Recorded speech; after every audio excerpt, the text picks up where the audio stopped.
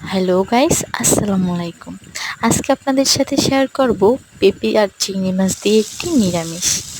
গ্রাম্য পদ্ধতিতে একদম সহজভাবে কিভাবে চিংড়ি মাছ দিয়ে আমি পেঁপে নিরামিষ রান্না করলাম সেটি আপনাদের সাথে শেয়ার করব।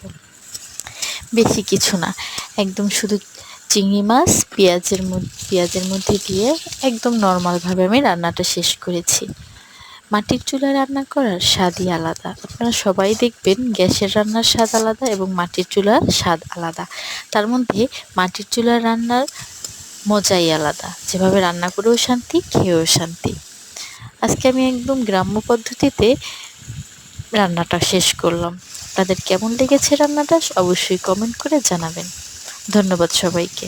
আর দয়া করে পেজটি সাবস্ক্রাইব করে যাবেন। আল্লাহ হাফেজ।